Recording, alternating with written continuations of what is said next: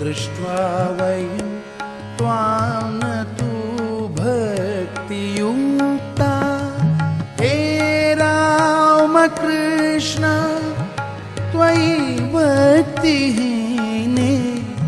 हे रामकृष्ण त्वयि भक्तिहीने कृपा कटाक्ष गुरुदेव नित्यं कृपा कटाक्षं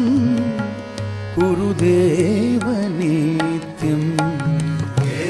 रामकृष्ण हे रामकृष्ण हे रामकृष्ण हे रामकृष्ण सत्यं विभुं